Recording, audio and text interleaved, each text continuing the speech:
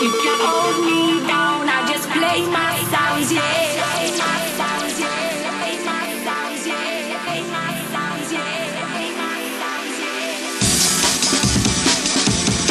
You can't hold me down, I just play my sounds, yeah.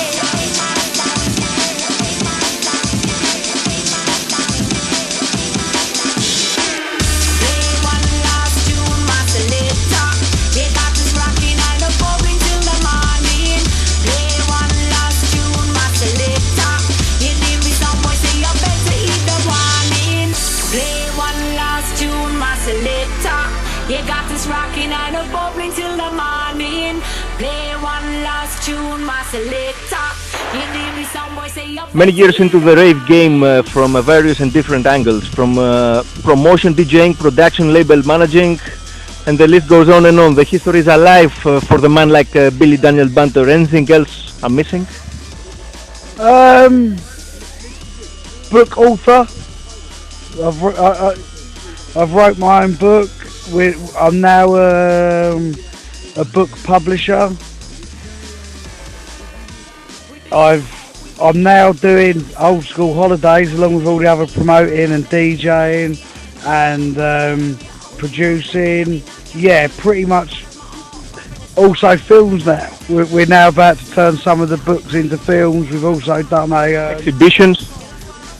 You know, mate, you said that because in my brain, what I do is DJing and promoting the music. As I've got older, there's this whole, I've actually gone beyond all the things that I've wanted to do, and yeah, I do art exhibitions, I do seminars about this music, I release books, I release other people's books, we're doing film. There's so much we're doing to keep the history of this music alive, because I believe it's not just about the raves that once happened. It's not about the raves that are happening now. It's also about the history and the cultural significance that this whole thing's created. So yeah, there's a whole lot of stuff that I do, and you've just reminded me, there's a whole lot of stuff that I do that is so second nature that I even forget that I'm doing it or I've done it. Nice one. Of course, always busy, always into the rave buzz. So, Kavos, Unit in the Sun, 7 days of old school hardcore and jungle experience. Why you have chosen this place to set up this festival? Right. Much like absolutely everything I do, there is never a business plan, there's never a well thought out process. In a nutshell, I'm a very fortunate person that from the age of 15 in 1990 to this day, hardcore, rave, jungle, old school, acid, hard house, happy hardcore, all of the music that has made up the rave scene has looked after me for 28 years of my life and given me not just a career but a way of life. And what I've learned, what works for me, is everything is spontaneous. You can't think up an idea and work on it for months on end and then you have this project you do. If something presents itself to you in life, you need to take the opportunity if it feels right. Now, on one side of the coin is, of course, Kavos has got a bad reputation over years with 18 to 30-year-old stuff, but our audience, this audience that we've brought here, are from all over the UK. There's people from Holland, Greece, Australia, South Africa. So as the thing suggests, unity in the sun. Now, a lot of holiday places like Ibiza are way too expensive. Like, we can't, our crowd is a mature, older crowd who love their music. And people work hard. We can't send them to places where you have to pay 10 euros for a Red Bull or 10 euros for a water. That's insulting the people who have followed us. So randomly we met someone in a pub who said they knew people in Corfu, Kavos. We come over here, we had meetings, the spot that we're doing the pool parties, the spot that we did last night, we said, you know what? This feels right. Let's just do this. The first year, we brought a few hundred people from all over, and only a few days in, and everyone's loving it. The setting's amazing. You know, it's got the right vibe for what we want, and we've chosen a time in the season where the 18 to 30s aren't here. Like it's school holidays at home, so our crowd's older, so they can get people to grandparents to have the kids and come out here, and it's slightly more expensive for planes to come over here, so people aren't being bombarded by drunks and silliness, you know. And it's a great setting, and we love it here, and all the ravers love it here.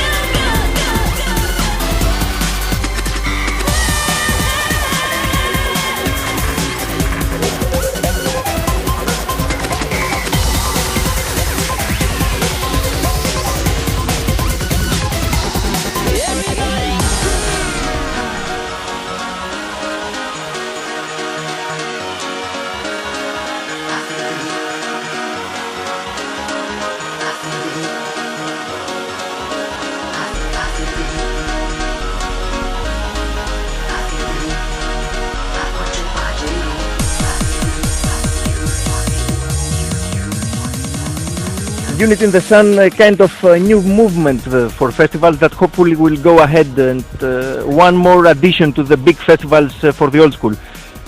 I have to ask you now, how do you see the old school scene at present? Is it in healthy level?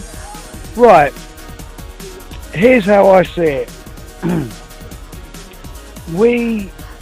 There's two or three different things going on here.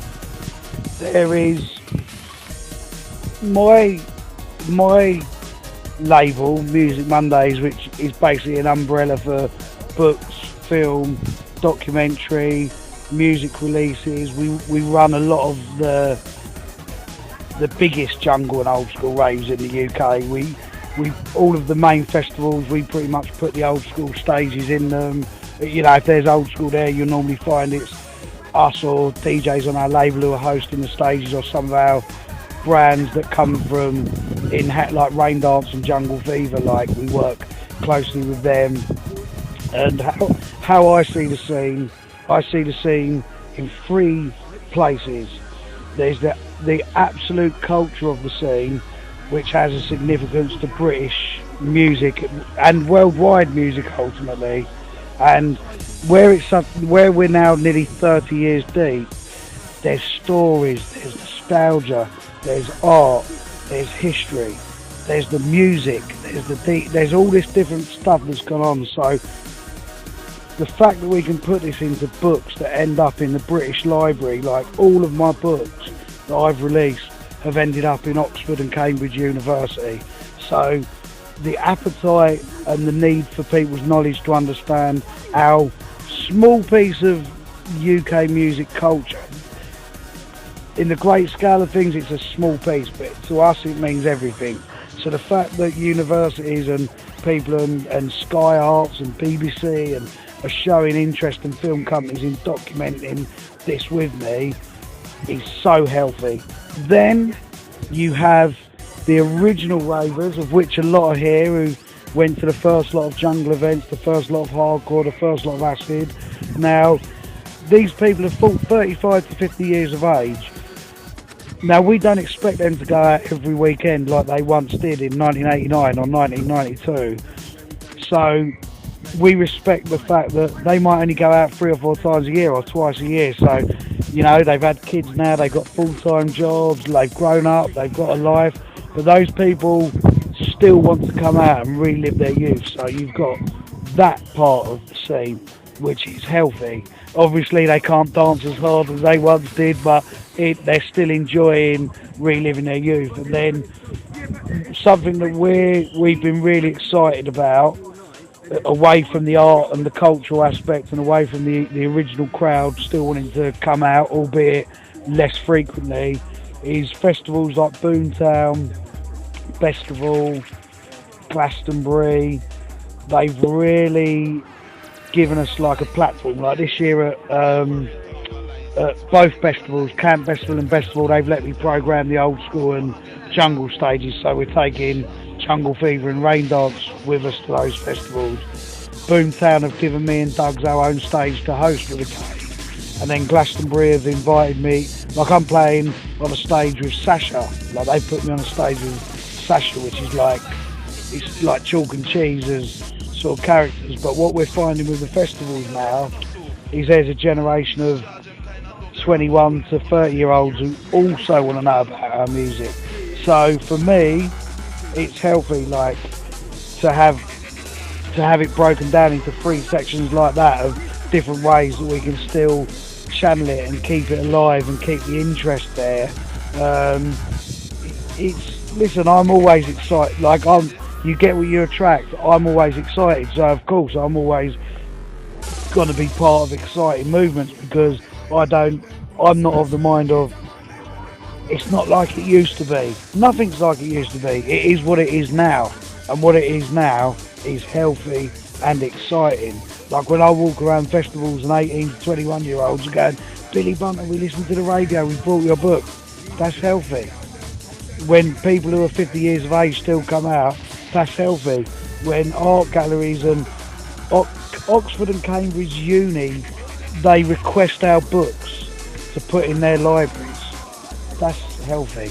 Big thing, and I'm pleased hearing all these words.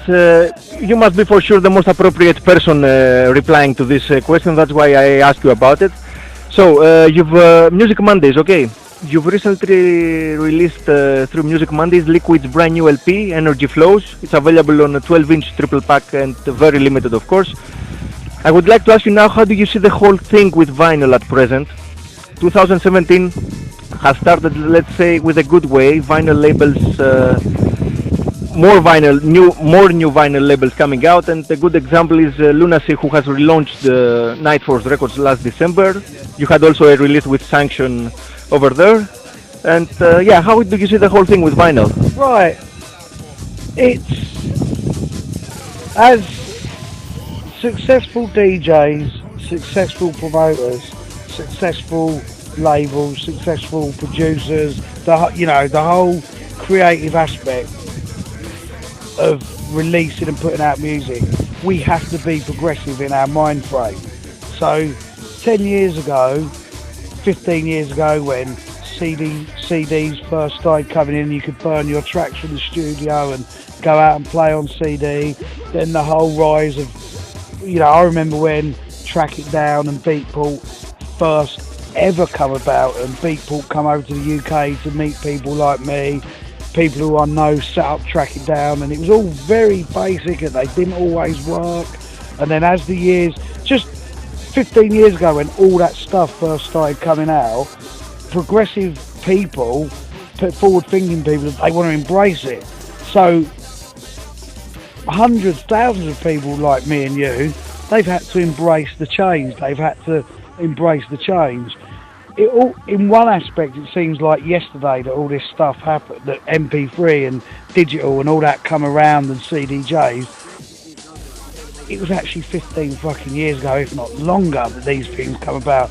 Now all of a sudden, we find ourselves in an era, and again, this goes back to when I broke down how healthy it was in 3 stages.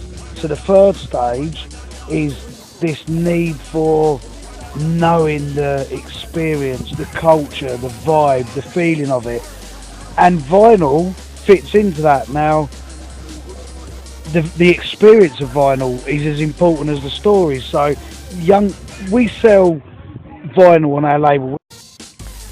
Yeah, so in the past 3 years we've released music on vinyl from Ragga Twins, Mark Archer, myself, Sanction, Liquid, and it's just as the stories in the books are important to the authenticity of of keeping the experience alive.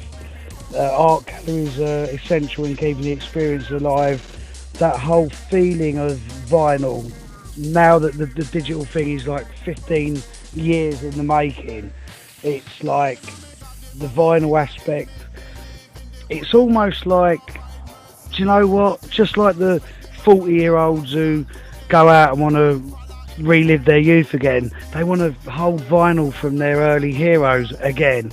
Just like the 20-year-olds who are hearing us at Boomtown and Glastonbury want to hear our music in their settings, they also want to know what it's like to hold a piece of vinyl and put it on the decks in the same way that people hold in one of our books. And it's quite a strange thing because I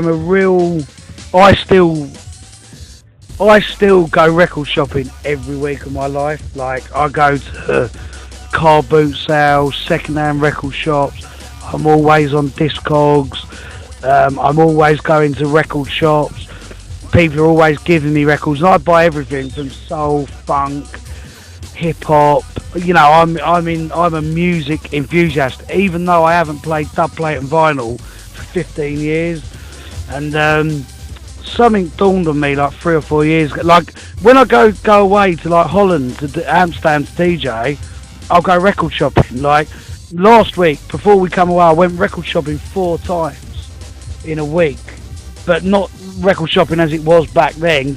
You know, you've got to dig, you've got to go to second-hand record shops, and But it's a way of life. You're still into it. yeah, and like, it is a way of life. Like, just as a progressive, DJing's a progressive thing, making music's a progressive thing. You've always got to move on, and yeah, so I've spent all that time digitally moving with the times, and now that's 15 years ago. And the mad thing is like, this year I'm doing 6 exclusive vinyl sets in 6 different parts of the UK.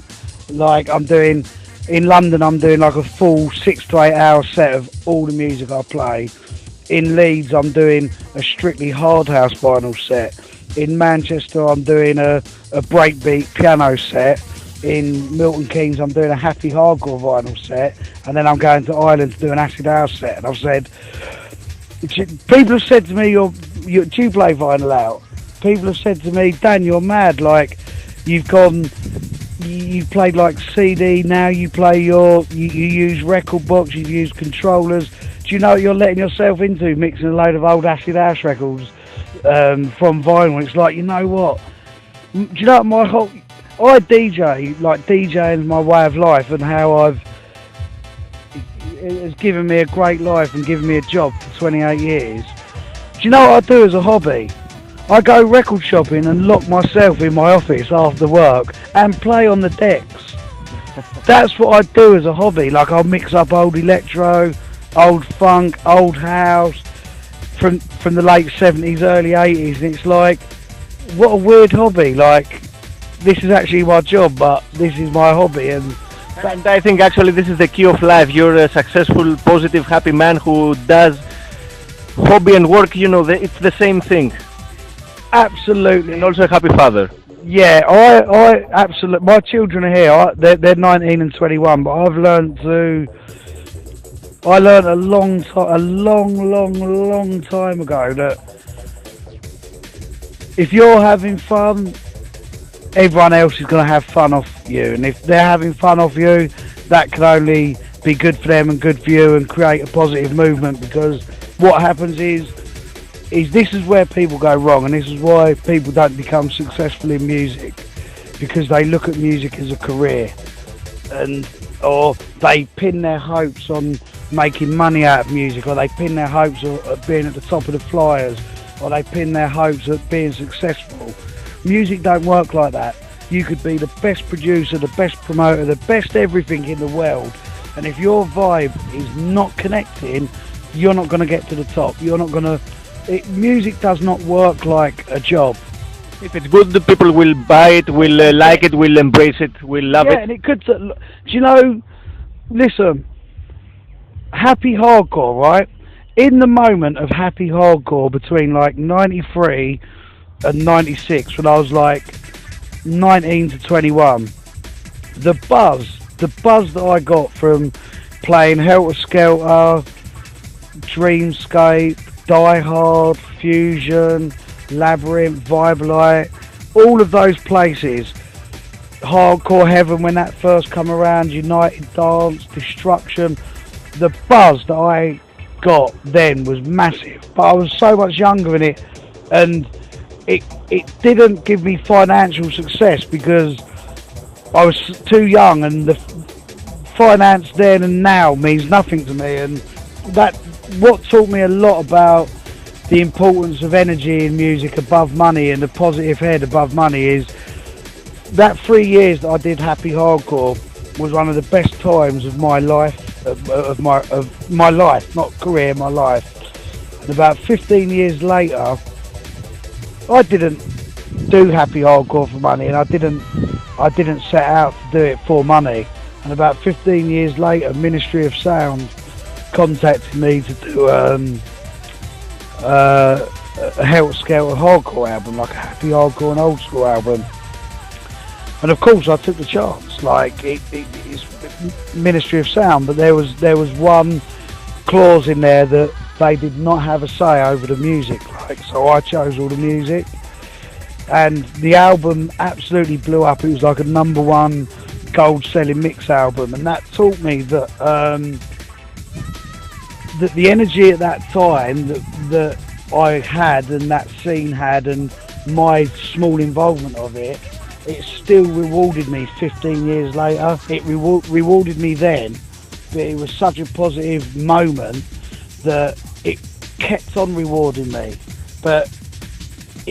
And the reason why it rewarded me and rewarded many others, like, is because that moment was so positive. And when a moment is positive, when lots of people have been into it, Good timing. good timing. Timing is everything in music. GLOWKiD, we've got a track at the moment, yeah, called Know About Jack. Me, Slipmatt, and Uncle Doug's did this track 2 years ago with an act called Jungle 70. Now, the rapper on Jungle 70 is the original rapper of Bug Khan and Plastic Jam, made in 2 minutes. You remember the track? You know? Yeah, definitely. You know the music. You know the music inside out. So we got sent this vocal, and it just rapped about the old scene. It name dropped WIE, White Horse, Promised Land. It rapped about I'll House You. It was a concept rap, and we played this rap, and me, Uncle Doug's, and Slipmatt 2 years ago remixed this track. And what we did was, we took all elements of old, like 88, 89 acid house records, so all the records that he'd rapped about, we'd mashed it up into this track. And this was 2 years ago, and the timing didn't feel right from the guy who's releasing the track. He's now started filtering it through to and I'm talking DJs who are worlds away from.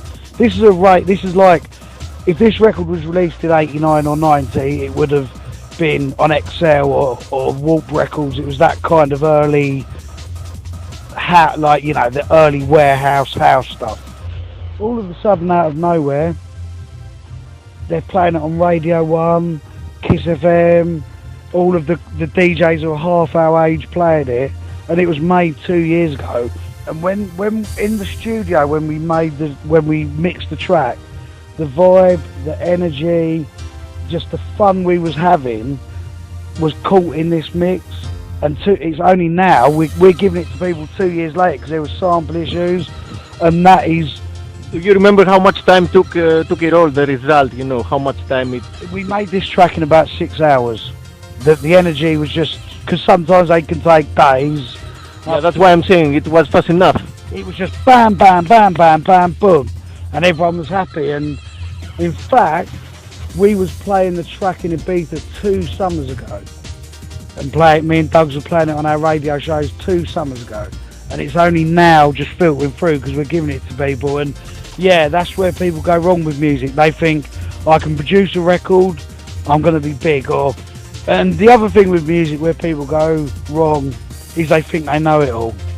People think because they know everything about every white label and everything about every release and producer, and they was there in the record shop when it first come out. Or music is not about knowing everything. Music's about if the vibe is right.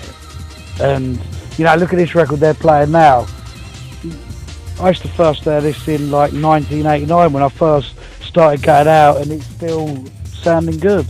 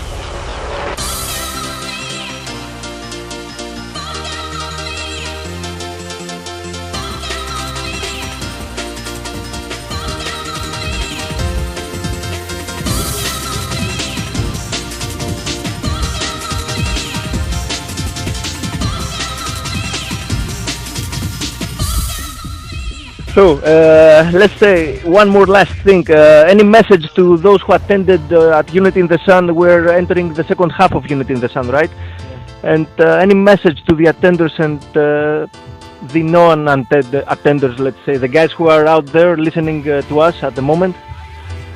Listen, to the people who haven't come, you mean? To people who have not come? Yeah. Listen, if... I know you're into progress of Unity in the Sun Volume 2, right, next year? Yeah, well, look, myself, my partner Sonya and Jay, Fat Controller, who's partnered up with me and Sonya on this, we have taken a massive risk both, listen, financially, every person here has got their own expectation of what this thing should be. Now, when we put on Rain Dance at Electric and 1,800 people turn up from London, they know they're going to a club from 10 to 6. They've been to that club loads. They know what the DJ's doing. So they have an expectation, but pretty much everyone's expectation is the same. This is different. This is like,